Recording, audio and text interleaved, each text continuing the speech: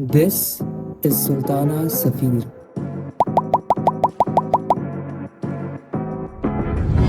For me to be where I am today, it didn't just start after university.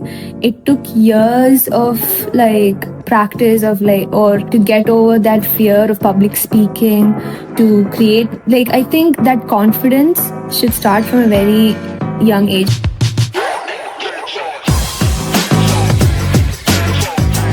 When you won $500,000, Yeah.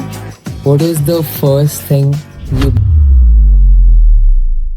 At some point you will be alone in the room and you'll be thinking, oh my god, the risk that I took is crazy. But and yeah. it's not just entrepreneurship. Anything you do.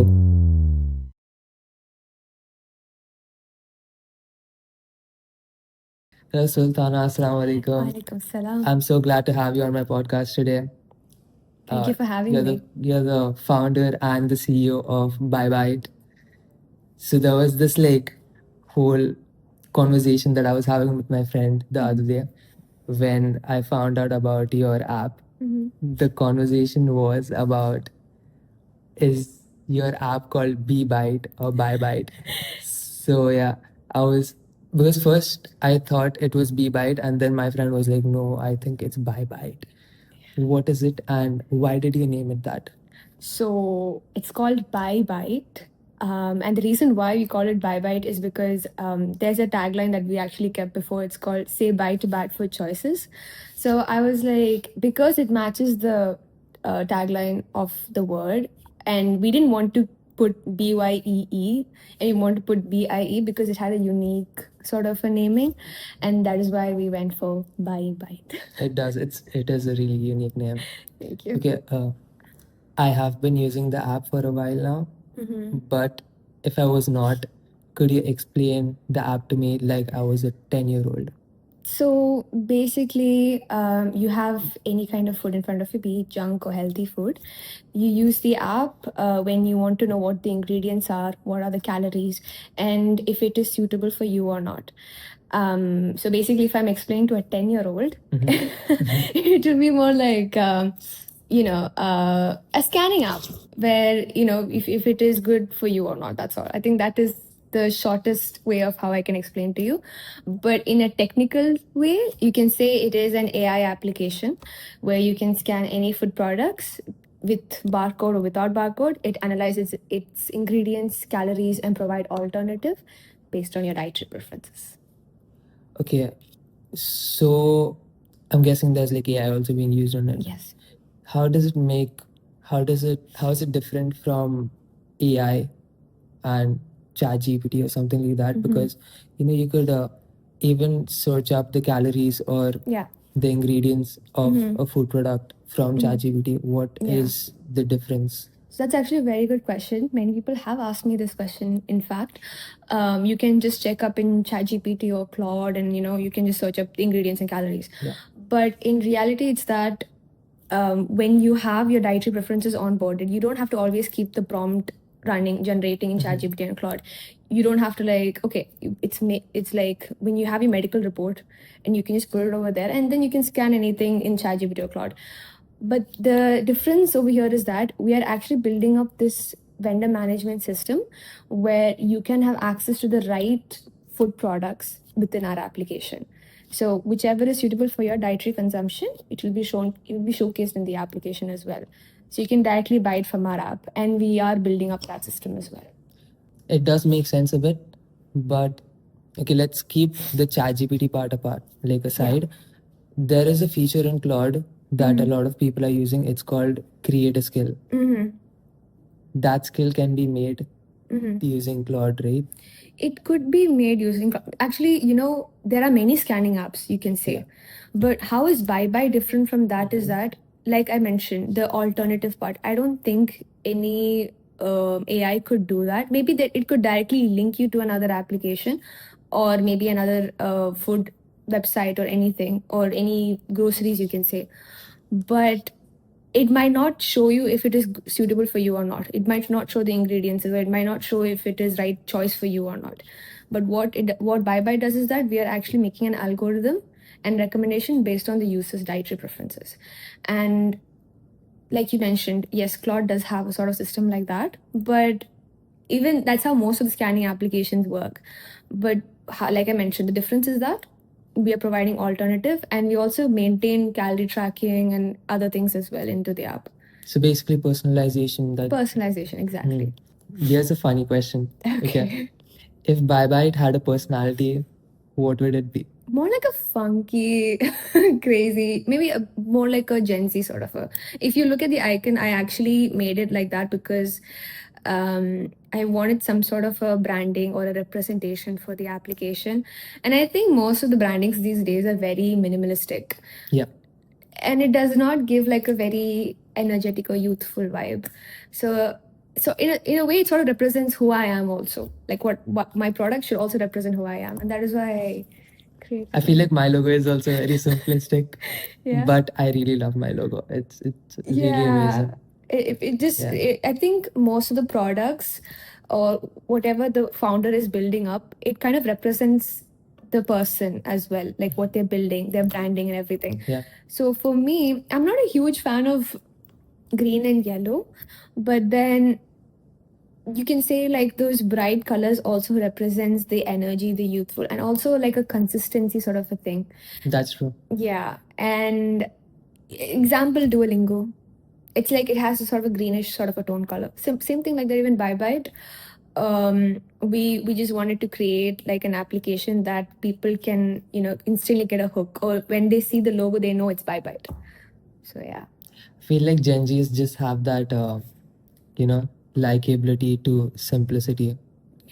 That's why most of the entrepreneurs, Yeah. when they make their logo or any kind of posters, they think of keeping their posters and logos simple. Minimalistic. Yeah, and minimalistic. I prefer minimalistic when it comes to this, like a very it depends on what you're building as well.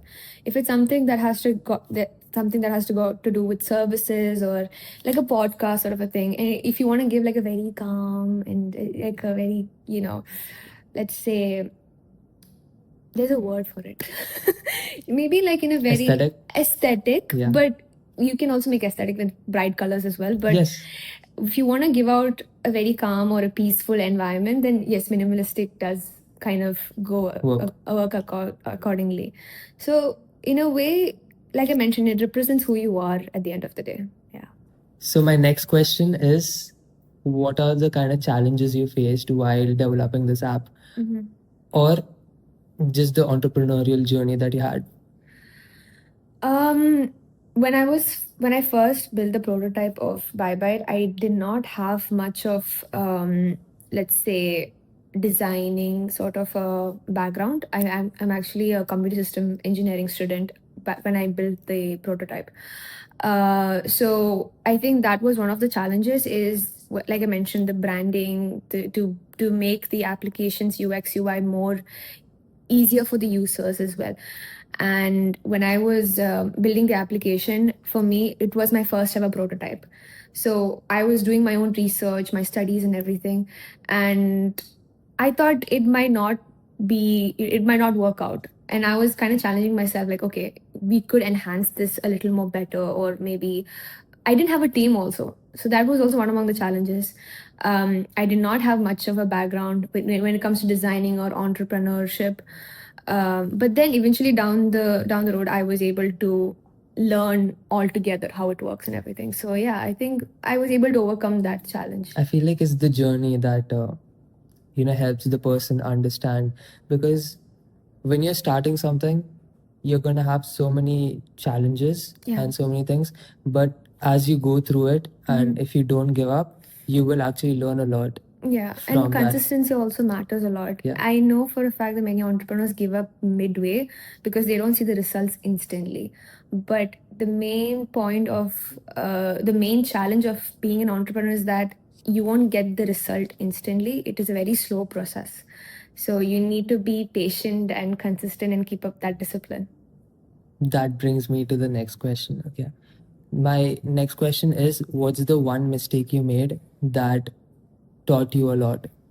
One specific mistake, if there was any. Specific mistake. Or were there any mistakes? Alhamdulillah, so far I don't think I have any mistakes, but I think when I was starting, after winning the competition, I wasn't able to maintain my network. I think that was something that I you can say as a mistake. I did not keep up, and I was not able to be socially active as well because I was overcoming social anxiety and everything. When instantly a lot of attention comes to you, you have this feeling of you feel very overwhelmed and you don't know what to do with that. So I got that pressure when when my news came out and everything. So it took me back one step back from the from the limelight, and I was thinking to myself like, okay, I should do something like something for it. I should do something to get back to that track, but I wasn't able to. And at the end, like it took me a year to get back again. So yeah, I think that was one of the mistakes. I did not take that opportunity to network, and many people should take advantage of that. It's very important, especially at a very young age, to start networking. So how do you think a person can overcome these kind of? Honestly, for me, How would you overcome it faster? What I would you think do you better? need to step out there, honestly, because for me, even despite having social anxiety, my first ever pitch deck, I did it like I've shared that in one of my reels, is that it was very embarrassing. I had a really shaky voice. I was not able to finish it on time, and there were many people watching me. I didn't have a team also to answer my questions. So at first, I don't know how to explain this feeling, but it was a very nerve wracking, and I was able to overcome that just after that, because you need to get it out of your system in order to get to where you want to be, if that makes sense. Yeah, that does. Yeah, that's what I felt too. Yeah. So at the start, there will always be like this part where like you'll feel, oh my god, what am I doing? Yeah. Why isn't this like, why am I not doing good? Why am I not Yeah. like answering the questions properly? But then over time, you just get used to it. Like it just Yeah. happens somehow magically. Yeah. It just happens and you just gain confidence, I guess. I think that's the power of even manifesting what you want to do as well. I was going to come to that topic. Yeah. But I'll come to that later. I'll come to Yeah. that later. Okay. My next question is, we talked about the challenges and the mistakes you made. What is the one feature in your app that you like the most and you would like to have it for sure in your life? There's a lot of features in the application. Currently, we are enhancing the designing as well, but I feel like the way how my icons interact with the users, like not in terms of like like interact, but then the small glimpses of how they are approaching to the users and everything kind of makes me want them to be having like in the application. And of course, the scanning feature, there are actually 3 types of scans that's there in BieBite. One is the barcode scanning, AI scan, and upload images, just so that if if you're offline or if you forgot to like scan your food, you can, check up in Google, or you can take picture in case if you forget, and then you can upload it in BieBite and track your calories based on that. So I think that is one of the features that I would keep in the app. What was the one element that pushed you or motivated you to develop the app? Unemployment. Wow, too honest. No, I thought you were gonna like talk about your grandmother's. Yeah, that's one of That my. was I one was of the just things. I'm joking. But yeah. Yeah, I I just mean, wanted to be it's a fair point unfiltered. though. I One mean, among the reasons. yeah. But honestly, the reason, like I also kind of mentioned this in my account, is that I actually wanted to build case studies for my portfolio to enhance my skill set and experience being a UX UI designer. So while I was doing the case studies, I got a lot of problem statements, and I did my research in all of them. So one of the ideas that kind of stood out to me was the allergy detection application, but obviously it did not have much of like, you can say, not many people had food allergies, but there are a lot of people who have like dietary issues as well. So instead of just focusing on the allergy detection part, I also focused on the dietary issues that people face. And I added like cardiovascular diseases, obesity, food allergies, and many other features in it, like even iron deficiencies as well. So I combined all of them together, made like a problem statement, did my research, and then I made like a solution out of that problem with the problem statement that was given to me. So that was one. And then the other thing is that the project kind of felt personal to me because like I've mentioned previously, my grandmother passed away due to diabetes. So because of that personal and emotional connection to that problem statement, I had to create a solution to that because I don't want any other person to go through what she went through as well. That makes sense. Was there anyone, like any specific person that was mentoring you? There were a lot actually. Honestly, when I got into the competition, there was a whole mentorship space that I got to be part of, and I reached out to one of the previous winners. Called his name is Basim, and I will be making about that as well. Yeah, so one of the mentors was Basim, and he actually said this one statement that really did change my whole pitch deck. Obviously, there are many scanning applications, like he mentioned. He did say that it was just a feature, but in order to make an application, you need something more. And also, when you're pitching out your idea, it should be very clear, like to a 10-year-old, like how you asked me a question. So, honestly, now I can answer that question because I remember what he told me. He said this like, imagine Shazam. You know Shazam? Yeah. The Imagine music app. Shazam. Yeah, the music app. Imagine Shazam, but for food allergy detection. Okay. Okay, that makes sense. That makes a lot of sense. Yeah. That just cleared a lot of questions for me. Exactly. Wow. Yeah. So that was the kind of statement I used when I was pitching to the judges, to the audiences, because I feel like when you have like a very simple problem statement, sorry, not problem statement, when you have a very simple solution or like an idea statement that you want to tell it to people, it should be very understanding and make sure it's very small. Just like how I mentioned, imagine Shazam, but in terms of allergy detection. Basically, providing a simple explanation to your problem statement. Exactly. Solution statement. Yeah. Okay. So, what is the end goal or the vision that you're looking for that BieBite should accomplish? So basically, since it's a health-based application, we actually wanted to like reduce the census of cardiovascular diseases in UAE, and also in terms of obesity as well, because when we looked at the current census, it was over 1.5 million people who have cardiovascular diseases. Wow. And that too, it was diagnosed one. So imagine Okay. there are people who are undiagnosed with cardiovascular diseases as well, but it's not there. Like their reports are not out there officially. So we were like, so there is more than 1.5 million people that has got cardiovascular diseases. So we wanted to reduce that census, especially in UAE, and that is why I think Dubai Chambers pretty much accepted the whole concept, because in a way it is also helping UAE citizens to have a better food choices at the end of the day. How did you do this whole research part of it and finding that? I mean, right now we all have like our own platforms to do our research, like Perplexity, Claude, ChatGPT. I think those are really good. I feel like ChatGPT has like it provides wrong statistics sometimes because it has this like. You should also do like when they are giving out such research statements or something, make sure you add the reference link as well. Like when you're typing the prompt out, make sure like to add the references link as well, so that you can also check if it is right or not. Yeah, that's like the one issue that I've faced, when I've gone to hackathons and when I've like wanted to do researches on the basis of the problem statement. It has been difficult for me to do the research because I have not had like a proper understanding of how to get my research done. Yeah. But I think Perplexity is a really good platform when it comes to research.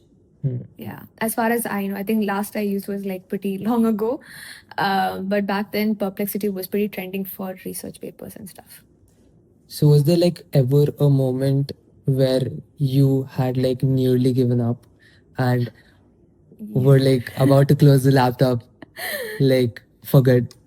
Was there like a thing? Yes. Ever? Yes, many times actually, because when you are so, like, I'm the only founder, and there were times where I felt like I it was pretty mentally draining at some point for me. I even have mentioned this to my mentors and whoever was helping me to accelerate the to make the application. I was like, I did go through a sort of depression, you can say, because I was like alone in this sort of environment, because as a sole founder it's not easy to manage everything alone. And since it's a startup also, it's also complicated to know who to trust at the end of the day, because when I wanted to, if I want to find a co-founder, it should be a trustable partner at the end of the Yeah. day. So I couldn't really get like a co-founder yet, but hopefully inshallah I have a co-founder someday. Inshallah. But I mean, you can't get a co-founder once you've already started the thing, right? You can get a co-founder. I mean, depends. There's a lot of legal processes for that, but then for me, it was, you know, like I was alone in that. So yeah, but I actually would love someday a co-founder, because we are expanding the application a little more wider, if that's a right term. Yeah, that is. Wider is a Right. Is the right word. Okay. How are you going to expand it to like the audience that actually needs it? How do you think you are going to accomplish that? How, Yeah. let me rephrase, how are you going to market your app to the customers? Basically we wanted to in terms of the educational, we have to create like a very let's say a platform where people can understand what exactly is there in their food consumption. So for example, like I think we should create a platform to educate the audiences as well. Very less people are aware of it, but there are doctors, literally those are helping, like, you know, giving an awareness of how it will affect, like how gut health affects your mood as well and your everyday routine as well. So I've been seeing that recently, because gut health does matter. You know, people might take it as a joke, but it really does change your mood a lot more better. Like a good health is it like helps you enhance your mood better. So I think I think what I'm saying is that bringing awareness to the audiences is a really important thing when it comes to you know, marketing BieBite as well. And obviously our core audience is health focused consumers. So yeah, and not just bringing awareness, but also highlighting why it is important to get the right food choices for you. Some people might just randomly take any kind of food that might not be ideal for them. So yeah, so we wanted to bring awareness. I think that's the right marketing over here. You really remind me of this one quote that I had seen a few months back actually, and it stuck to me. Okay. It is, even if you fail, the worst case scenario is you just get a job Yeah. like everyone else. Uh-huh. Your worst case scenario is everyone else's reality. What would you have to say to that? I actually pretty much wanted to disagree.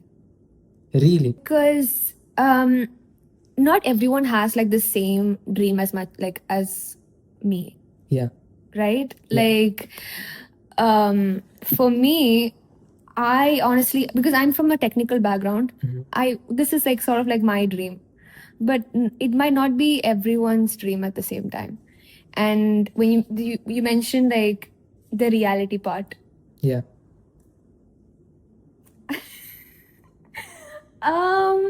well, actually I have no comments because the thing is, like I mentioned, everyone has got their own perspective and own POV.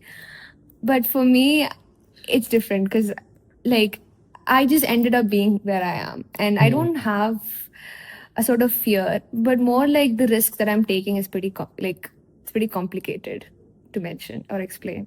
Yeah. Yeah, okay, fair. I get it. Yeah. What is your perspective in that? See, my perspective in it is because I just started a podcast and I have no idea if this podcast is going to succeed or not. Succeed. I believe it's gonna. It's gonna Okay. succeed. I believe I'm doing all the hard work for it to succeed. Yeah. And besides all the hard work, I'm also meeting great people like you and other ones that are going to come Other up. ones, yeah. They're going to come up. So it's not just me struggling, Mm-hmm. it's also me networking with people Mm-hmm. and gaining knowledge. Yeah. And if this does not succeed, I will still have that knowledge. That's one thing. You don't like completely fail ever. You might not reach the place where you want, Yeah. but across the journey, you will learn a lot of things too. Yeah, exactly. So I might not end up being the best podcaster in the world. No. I mean, Whoa. no, not like that. What I meant to say is that you are, even the fact that you are starting out Exactly. is a big achievement. Yeah. Yeah. And if I don't, Yeah. if I don't become the best podcaster in Middle East You will. in 3 to 4 years, Inshallah. I will still get a job, which is the worst case scenario, and it's a reality for so many other people. True. That's what But- I feel. you know? Yeah, but for me, like, especially you reaching out and you doing what you like is a big achievement that you should be considering. So I'm very proud of you for that. Thank you. And second of all is that, I mean, when it comes to achievements, when it comes to progress, it will be very slow, right? And People don't understand that. people don't understand that. You know, Yeah. I was seeing this one podcast Mhm. from Rachamani, which I love. I love Rachamani. And what he was saying is, Yeah. when you're being shouted at, put your head down, work. When you're being clapped on, put your head down, work. Yeah. When everything is over, put your head down and work. And in 3 years, 5 years, 8 years, one day it'll be boom. Yeah. And everyone will call you overnight success. Yeah. But it's not overnight success. It's not. It's not. For me to be where I am today, it's not. It didn't just start after university. It took years of like practice of like or to get over that fear of public speaking, to create, like, I think that confidence should start from a very young age, and it doesn't build up eventually overnight. Like for me, even despite having that social anxiety, I did have previous experience of public speaking as well, but I think at a certain period of time in my life, I wasn't able to speak properly, and it took a lot of practice. It took a lot of not duration exactly. It took a lot of effort for me to get out of that comfort comfort zone, to be honest. So yes, success doesn't happen overnight. It takes a lot of time, maybe months or years, but you shouldn't put like a certain timeline for that. If you can achieve it sooner, do it. Yeah. But there's one thing I do disagree on. I see a lot of people saying, just keep going, just do it, and one day you'll succeed. That's not completely true. I feel like while you're also struggling and you're going through that journey, Yeah. you also need to have a strategy. You can't just blindly just go and just keep doing it, Yeah. You need to have a proper strategy of what you're going A to do. roadmap. Yeah, a roadmap of what you're going to do when this happens. Yeah, I think even I don't think, like, I don't really believe in you know it's not all, the graph is not always going to go higher. Exactly. There will be ups and downs. There will be like a straight line. So in order to like if you are going to like pursue entrepreneurship, it's not going to be easy. It's not going to be smooth. It's not going to be like how you watch. It's not how it looks like in movies or anything. It is a struggle, and at some point you will be alone in the room and you'll be thinking, oh my god, the risk that I took is crazy. But And yeah. that it's not just entrepreneurship. anything you do, Yeah. either you're in sports, either you're studying, you're Yeah. going on a hackathon, Yeah. anything, you need to give your 100%, Yeah. and it's going to take time. You Yeah. might hit a failure, Mhm. but that's not going to be the end. True. Because over here, the risk factors of an entrepreneurship is, let's be real, it's the money case. Yeah. Because some people might get broke, some people might go, in debt, you can say. Yeah. And people are scared of that, and that is why most of them does not pursue entrepreneurship. And everyone goes for 9 to 5. Most of them, sorry, not everyone. Most of them go for 9 to Yeah. 5 because they don't want to take that risk. But at the same time, they will not be able to do what they like. They'll be stuck in that loop of, or in that rat race. Like I mentioned, yes, it will be a struggle. There will be failure. There will be times that you wish you could give up, but I think at that moment you should take that motivation and use it to bring a positive outcome. Yeah. When people call you really young and they say, oh, you have all the time in the world to figure out, does that kind of frustrate you? It does. Right? I don't have It the does. time. Because, like, honestly, for me, at my age, let's just say when I won the award when I was 21, I did not expect my journey to go really fast. And people might say, like, oh, I have all the time in the world. I actually don't have all the time in the world. Like, I wish I had all time in the world so that I could do many things simultaneously, because I do have other hobbies, like Everyone does. everyone. Oh, yeah, of course. Have Everyone you has. heard of a thing called curse of ambition? Explain. So, curse of ambition is when you finally have this one crack of idea or Yeah. anything in your life and you get really energized. Mhm. But when you actually start putting effort in it, you realize that you just don't have enough time, or that it's gonna take a while for you to reach you where you are. Yeah. And it's a blessing and a curse at the same time, Yeah. because you'll be ambitious and you'll put all your effort in that one place. Yeah. And because of that, the curse is that you won't be able to do other things. That's so true, because it's Right? so valid. Because I see, I know most of them might not relate to this, but then I was someone who really likes anime and read mangas and stuff. Okay. During my university days, I didn't want to tell that out loud, but I really enjoyed doing that during my free time. I still do, and right now, as things have been very, like, my since my tight, like, things have been, let's just say I'm having tight schedule for everything that I'm doing. So I was like, when am I getting the time? When am I getting updated? Like, when am I gonna catch up with other people and everything? I don't get that. And honestly, it kind of frustrates me because I don't get that free time to enjoy my own hobbies nowadays. If I am doing that, I'm pretty stressed. Like, I'm overthinking simultaneously of other things that is there in my work. So yeah, that is pretty much of a curse. It is. And a blessing. And a blessing. Yeah. Which, alhamdulillah. Okay. You're tired?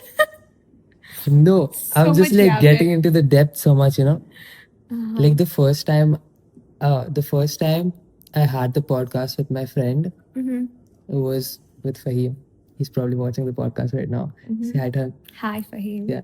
So when I had the podcast with him, Yeah. it was at his home, and the moment like we finished the podcast, we were like, wow, this is like meditation. Oh my god, it's like so much deep talk, and it's like so much in agreement and disagreement to Yeah. each other. We went down, literally, we went and we drank tea after that, like, and we always talk, we always yap to each other. And that day, like, we were just sipping on the tea, looking at each other, we were like, oh damn, that was really nice, that was really fun. Yeah, that's exactly how I'm feeling right now too. That's great. When you had just decided to make the demo, okay, of this whole app and this whole idea, how did your friends, your lecturers, and your family react to it? I didn't tell much people about it. Bro, That's you are like me, you know. You When don't I tell started the anyone about it. podcast, I did not tell anyone. Don't tell a soul if you're making something. Yeah. 'Cause, I mean, I yes. learned it the hard way, Yeah. you know, because there was this one person that was really close to me that used to always tell me, like, do not tell anyone what you're doing. Yeah, Okay. don't tell anyone. And I have such a big mouth. I used to go and tell everyone what I'm doing. I used to be like, oh my god, I'm having a podcast with this person. I'm having a podcast with this person. Yeah. By the way, I got like I reached out to a few like big people, Mm-hmm. and they like contacted back to me, Okay. and then they ghosted me. Because yeah. And they ghosted, and then I realized I was like, wow, if I keep Mhm. telling others, it's not. I think that is something that, not gonna lie, like if you're working on something, then I think like there's a difference. If you want to ask for feedback, sure, you can ask people out. But if you're telling them like, oh, I'm planning to do something, or I'm planning to make, or I'm having this sort of an event or something, they will be like, Unless you're like really close to them, just don't go around telling people. just tell them like an outline. I'm like, oh yeah, I'm thinking of it, but I'm not really sure. You know, I think for not gonna lie, evil eyes are pretty real. So yeah, I do, and I'm not like, yeah, I do believe in it. But then when I made the whole prototype, I just went like, oh yeah, you know, I was just making this project just for my portfolio. Just joined this competition. I don't know if I'll get it or not. Just like a little glimpse, but don't over explain to people what you're doing, because not everyone is gonna be cheering for you. Yeah. Yeah. Okay. When you won 500 million, I mean, sorry. I wish. Sorry. I'll redo that. When you won 500,000, Yeah. what was the first thing you bought or you invested in? Basically, the grant was for my company purposes only. Yeah. Yeah. That's how I'm asking you. Company purpose So based. the first thing they That you made did. me, yeah, they made me do was to get my business license. Okay. Yeah. Yeah, my business license, and then it was to make the prototype come to life. So that is two things that I invested in the beginning with that money. Okay. How much do you believe in manifesting? To be honest, a lot. Where I am today is totally because of manifesting. Like imagine this scenario: you don't have a team, you just have like a demo, you do have like a prototype with you, you have a pitch deck ready, but you're not really sure if it is the right pitch deck or not. You did a lot of hard work, you did a lot of mentoring with people, and you're not really sure if you're gonna get it or not at the end. But like deep down, I kept praying, especially you know, in Islam, and as being a Muslim, you pray tahajjud, and tahajjud is like the best act of manifestation, and I recommend, you know, or you don't have to be a Muslim, just need to believe in universe. Facts. Yeah. Do you have a manifesting schedule or something? No, Or but something that you just do?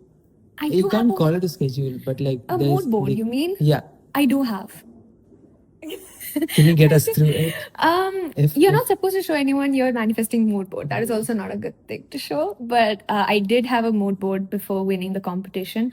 When I was a student in third year, there was a picture of me, not me, there was a picture of a glass award and me getting into technical. I did have like a setup picture of me, of my room, and like having the setup, and I still have that setup, by the way, right now.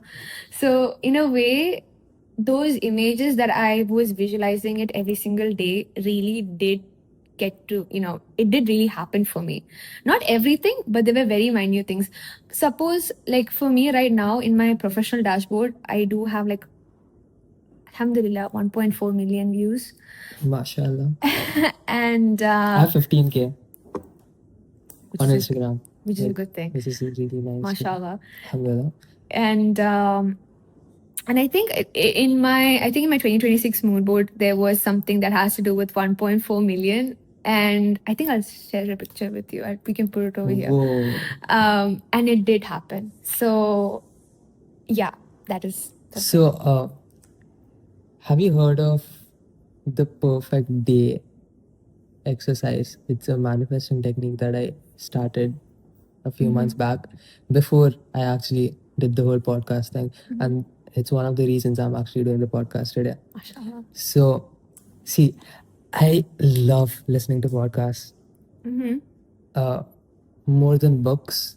So, it's kind of the same thing, Yeah. you know, reading books, Even listening I to do. podcasts. Yeah. So, Andrew Huberman, who's a neurologist and a professor, and he's also a podcaster. Okay. And he was doing this one podcast who he had a guest as an author, and she was talking about the perfect day exercise. So it comes really naturally. You have to sit in one place any time of the day, and you have to think of how you would want your perfect day to be. From you waking up till you go to sleep, everything. You just have to imagine it, and it should come in a way that it just flows into your mind. You know, it should not be like, oh, I want this, so I want this in my imagination. And one of the things that just came up in my mind somehow was like me sitting in a studio doing a podcast, and I was like, damn, it is actually a really exciting path True. to choose. Yeah. And that's how I started it. So it's not like a perfect image that actually builds up, but it happens over time, is what she says.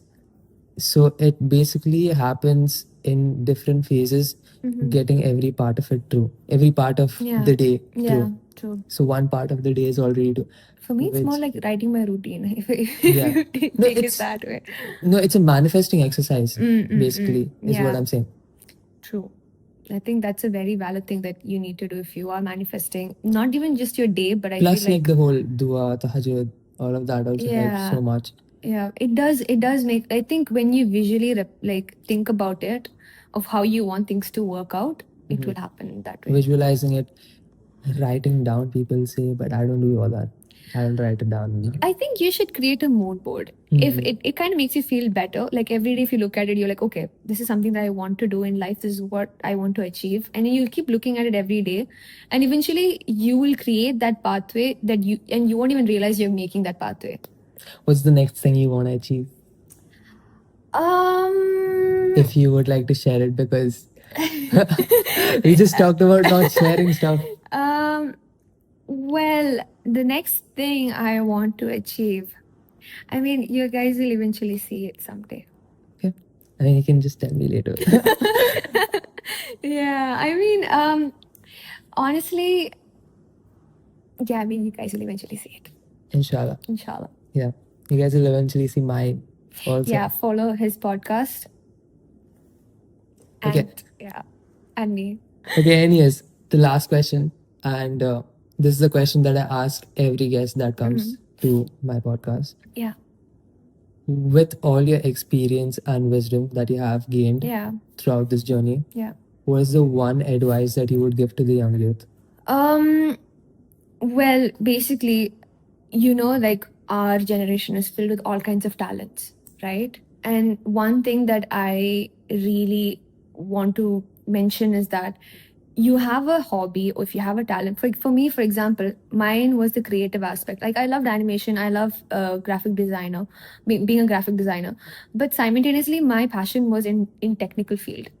So I wanted to combine both of them together and create an impact out of it. So I know for a fact that every individual has got their own hobbies. Maybe like photography or something that has to do with the technical side. You can create edits, or you can be a videographer, or anything like that. So what I'm saying is that with the knowledge that you have, even be it a different field, I think you should combine your hobbies and your knowledge together to create an impact at the end of it. So what I'm saying is, find your niche and get the best out of it. Okay. What advice do you have for the youth? I feel like you should just follow what your heart says. Pretty cliche. It's pretty like simple advice also. Well, I think I'm you used to should- giving and taking simple advices. Oh, so yeah. cute. For me, I mean, following your heart is also a good thing. but also strategize, if that is the right thing to say. Yeah, it is.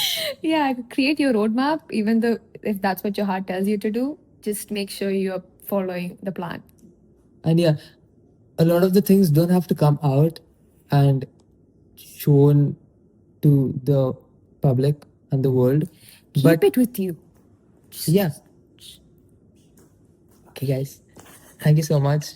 Thank you for having It me. was This was so nice fun. meeting you, having a podcast with you, Yeah. getting to know so much about your app, about you, Yeah. about the whole journey. I'm glad to meet you as well, Yeah. especially like a young.